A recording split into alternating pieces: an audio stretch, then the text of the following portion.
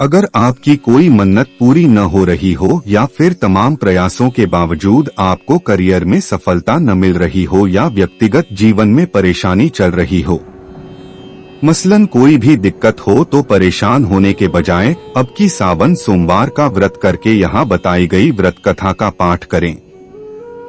मान्यता है कि सावन सोमवार के दिन अगर व्रत रखकर इस कथा का पाठ किया जाए तो जातकों की मनचाही मुराद पूरी हो जाती है।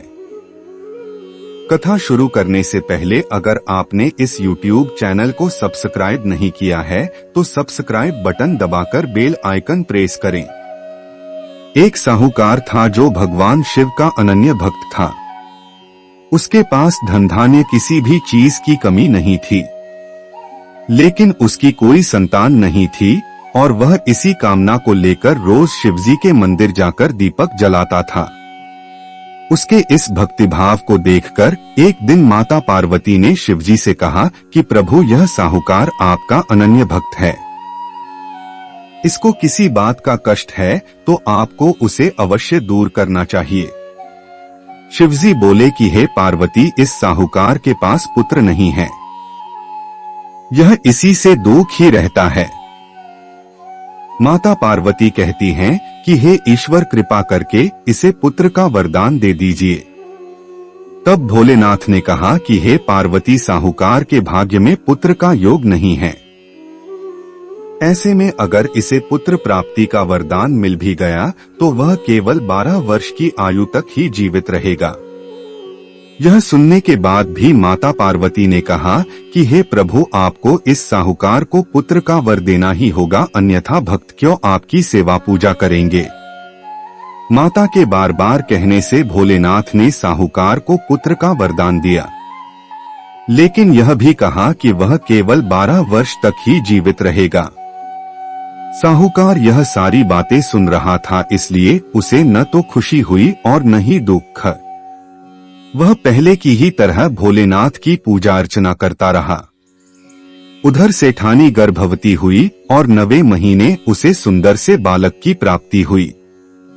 परिवार में खूब हर्षोल्लास मनाया गया, लेकिन साहूकार पहले ही की तरह रहा और उसने बालक की 12 वर्ष की आयु का जिक्र किसी से भी नहीं किया। जब बालक की 11 वर्ष की आयु हो गई तो एक दिन साहूकार की सेठानी ने बालक के विवाह के लिए कहा। तो साहूकार ने कहा कि वह अभी बालक को पढ़ने के लिए काशी जी भेजेगा।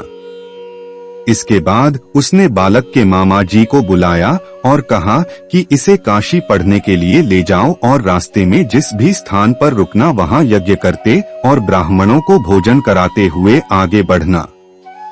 उन्होंने भी इसी तरह करते हुए जा रहे थे कि रास्ते में एक राजकुमारी का विवाह था।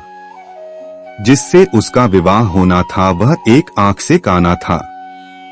तो उसके पिता ने जब अति सुंदर साहूकार के बेटे को देखा तो उनके मन में आया कि क्यों न इसे ही घोड़ी पर बिठाकर शादी के सारे कार्य संपन्न करा लिए जाएं।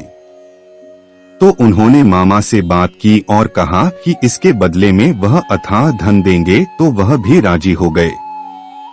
इसके बाद साहूकार का बेटा विवाह की बेदी पर बैठा और जब विवाह कार्य संपन्न हो गए तो जाने से पहले उसने राजकुमारी की चुंदरी के पल्ले पर लिखा कि तेरा विवाह तो मेरे साथ हुआ, लेकिन जिस राजकुमार के साथ भेजेंगे वह तो एक आंख का काना है।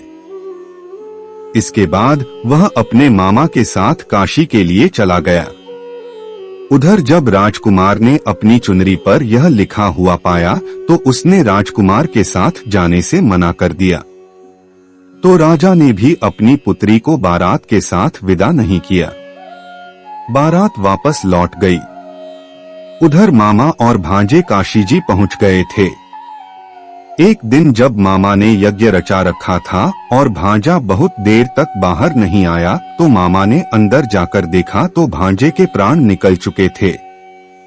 वह बहुत परेशान हुए, लेकिन सोचा कि अभी रोना पीटना मचाया तो ब्राह्मण चले जाएंगे और यज्ञ का कार्य अधूरा रह जाएगा।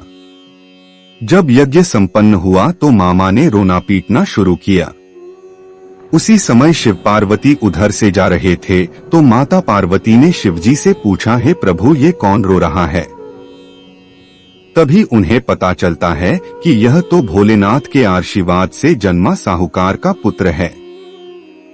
तब माता पार्वती कहती हैं कि हे स्वामी, इसे जीवित कर दें, अन्यथा रोते रोते इसके माता पिता के प्राण निकल जाएंगे। तब भोलेनाथ ने कहा कि हे पार्वती, इसकी आयु इतनी ही थी सो वह भोग चुका। लेकिन मां के बार बार आग्रह करने पर भोलेनाथ ने उसे जीवित कर दिया।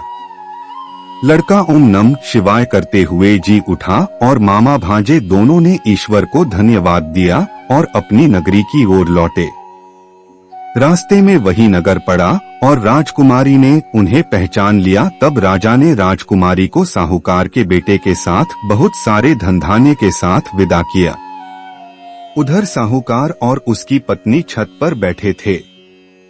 उन्होंने यह प्रण कर रखा था कि यदि उनका पुत्र सकुशल न लौटा तो वह छत से कूदकर अपने प्राण त्याग देंगे। तभी लड़के के मामा ने आकर साहूकार के बेटे और बहू के आने का समाचार सुनाया, लेकिन वे नहीं माने तो मामा ने शपथ पूर्वक कहा। तब तो दोनों को विश्वास हो गया और दोनों ने अपने बेटे भू का स्वागत किया। उसी रात साहूकार को स्वप्न में शिवजी ने दर्शन दिया और कहा कि तुम्हारे पूजन से मैं प्रसन्न हुआ।